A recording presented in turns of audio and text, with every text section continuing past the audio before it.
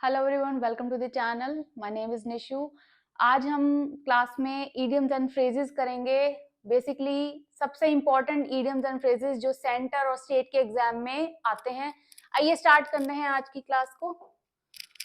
पहला इडियम है raise the bar, मतलब टू सेट हायर गोल्स। क्या मतलब है इसका कि जैसे कॉम्पिटेटिव एग्जाम्स हैं, नाउ डेज कट ऑफ काफी इंक्रीज हो रही है। स्टूडेंट्स जो हैं उन्होंने स्टैंडर्ड काफी हाई कर दिया है कट ऑफ का, बिकॉज क्वालिटी जो मार्क्स है वो इंक्रीज हो गए हैं। तो हम बोल सकते हैं students have raise the bar for the competitive exams. तो ये किसका एक नॉर्मल एग्जाम्पल बन सकता है। आई होप ये क्लियर हो गया आपको।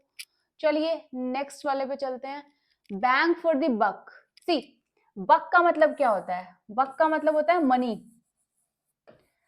बैंक फॉर द बक, अगर आपको इसका मतलब आता है तो आप फिर भी कुछ अंदाजा लगा पाएंगे। अब बताइए कौन सा ऑप्शन जाएगा इसके साथ। मोर वैल्यू फॉर मनी, मतलब किसी चीज की वैल्यू कम थी, मोनेटरी वैल्यू, लेकिन उसे ज्यादा मिल गई। एक एग्जांपल देखते हैं।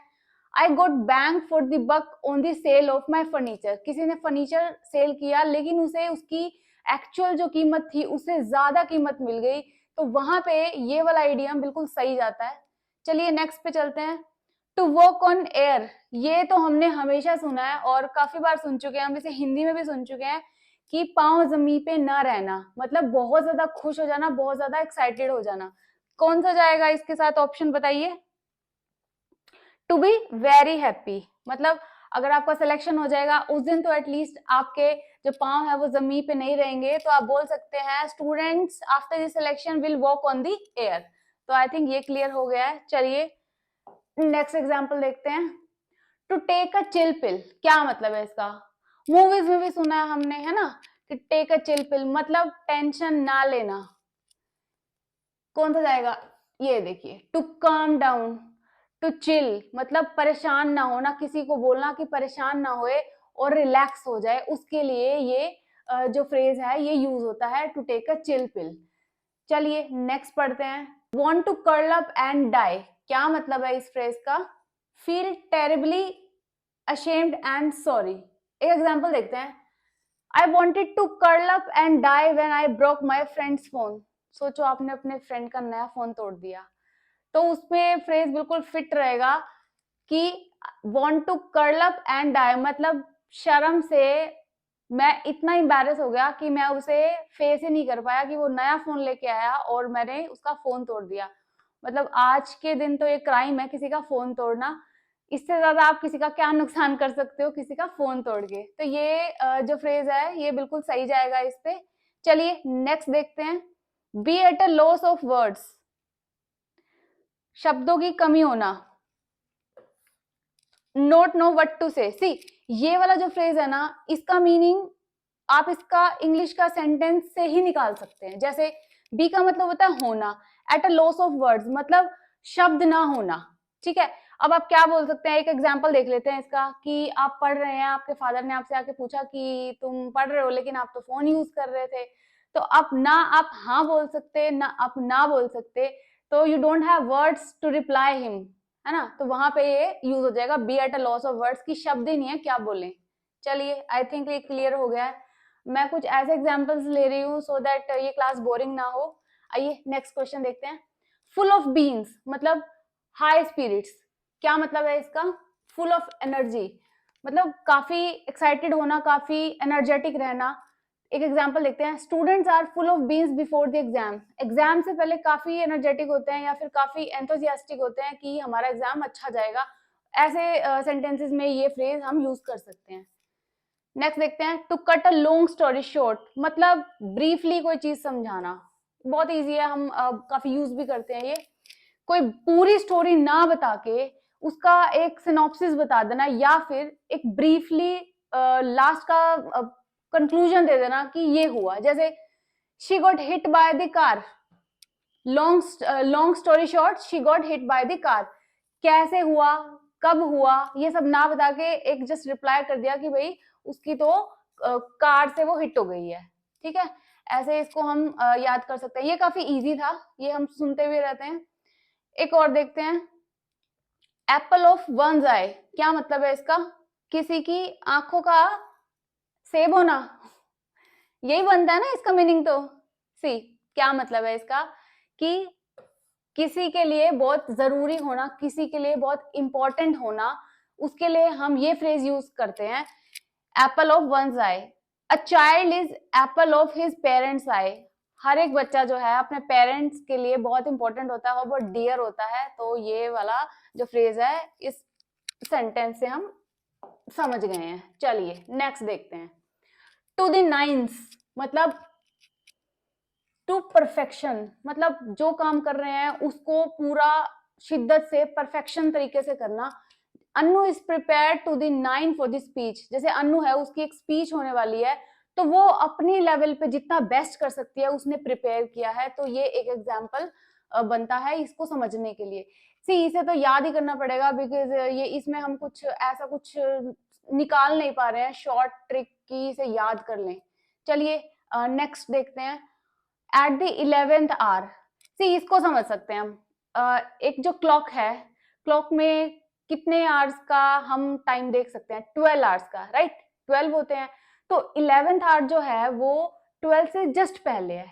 तो ऐसा ही इसका मीनिंग है, at the very last minute. मतलब कोई चीज बिल्कुल, कोई ऐसा चेंज जो बिल्कुल लास्ट मिनट पे हो जाए। एक एग्जांपल देखते हैं।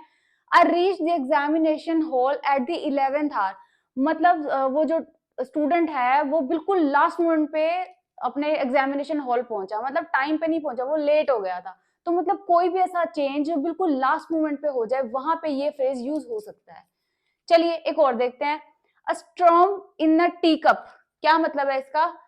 चाय के कप में एक तूफान, ये मतलब बनता है इसका? नहीं। सी लॉट्स ऑफ फस that will soon be forgotten, मतलब छोटी छोटी बात का बड़ा बड़ा तमाशा बनाना, कि कोई चीज बिल्कुल बिना इंपॉर्टेंस की है, उसकी कोई इंपॉर्टेंस ही नहीं है, लेकिन उसको बहुत बढ़ा चढ़ा के उसको फैला देना। जैसे कुछ लोगों की आदत होती है कि छोटी बातों को बहुत बड़ा शो करते हैं कि जैसे तो बड़ा नुकसान हो रहा है, बट एक्चुअल में बात इतनी भी जरूरी नहीं होती, उसे थोड़ी देर बाद शायद भूल भी जाए।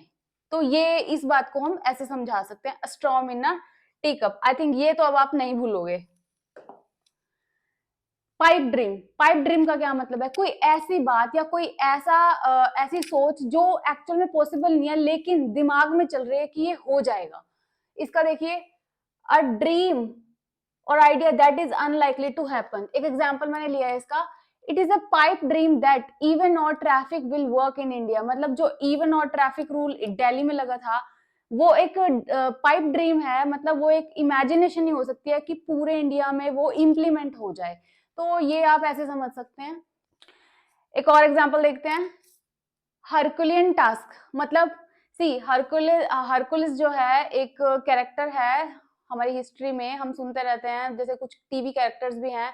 तो वहां पे क्या शो किया हुआ है कि वो काफी स्ट्रॉन्ग पर्सन है। तो उससे ये डराइव्ड है ये हरकुलियन टास्क। इसका मतलब है कि कोई काम जो मुश्किल हो और जिसके लिए काफी स्ट्रेंथ की जरूरत हो, a job that requires a large amount of physical strength, मतलब आसान काम ना होना। तो ये अगर कोई काम मुश्किल है या उसको करने के लिए काफी एफर्ट्स चाहिए, तो उसके लिए हम बोलते हैं कि वो हरकुलियन टास्क है। चलिए एक और देखते हैं। स्पाइक एंड स्पैन, मतलब नीट एंड क्लीन। एग्जाम्पल देखते हैं।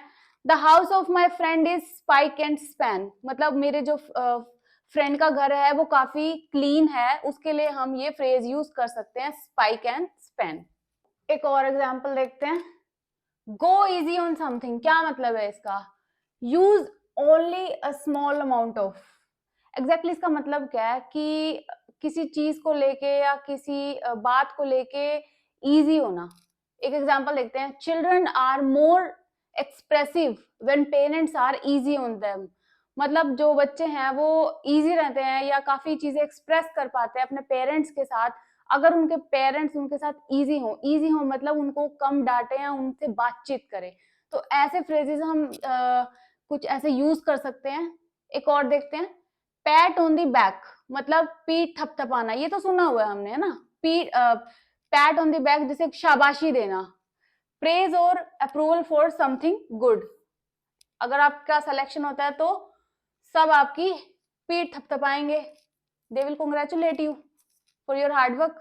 चलिए एक और एग्जाम्पल देखते हैं, वाइल्ड गूज चेज, क्या मतलब है इसका बताइए।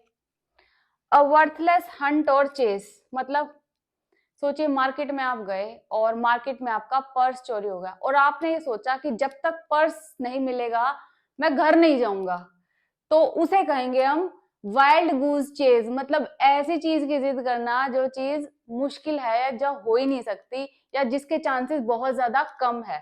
अ वर्थलेस हंट और चेज मतलब अननेसेसरीली अपने एफर्ट लगाना कहीं पे जहां से रिजल्ट ना आए। चलिए एक और देखते हैं, a kick in the teeth, क्या मतलब है इसका। अ ग्रेव सेटबैक, समझते हैं इस चीज को। देखिए अनफेयर डिसअपॉइंटेड अपसेट, मतलब कोई चीज अनफेयर होना या कोई पर्सन डिसअपॉइंटेड है किसी सिचुएशन से या अपसेट है, मतलब पहले से चीजें खराब हैं और खराब हो जाना। जैसे she lost her job during Covid when her family needed the money, मतलब उसको पैसे की जरूरत थी कोविड के टाइम पे और उसकी जॉब भी चली गई, तो ये हुआ a kick in the teeth, मतलब बुरे में और बुरा होना। चलिए एक और एग्जांपल देखते हैं, अ स्टम्बलिंग ब्लॉक, मतलब किसी वजह से कोई प्रोग्रेस रुक जाना या किसी वजह से कोई काम ना हो पाना।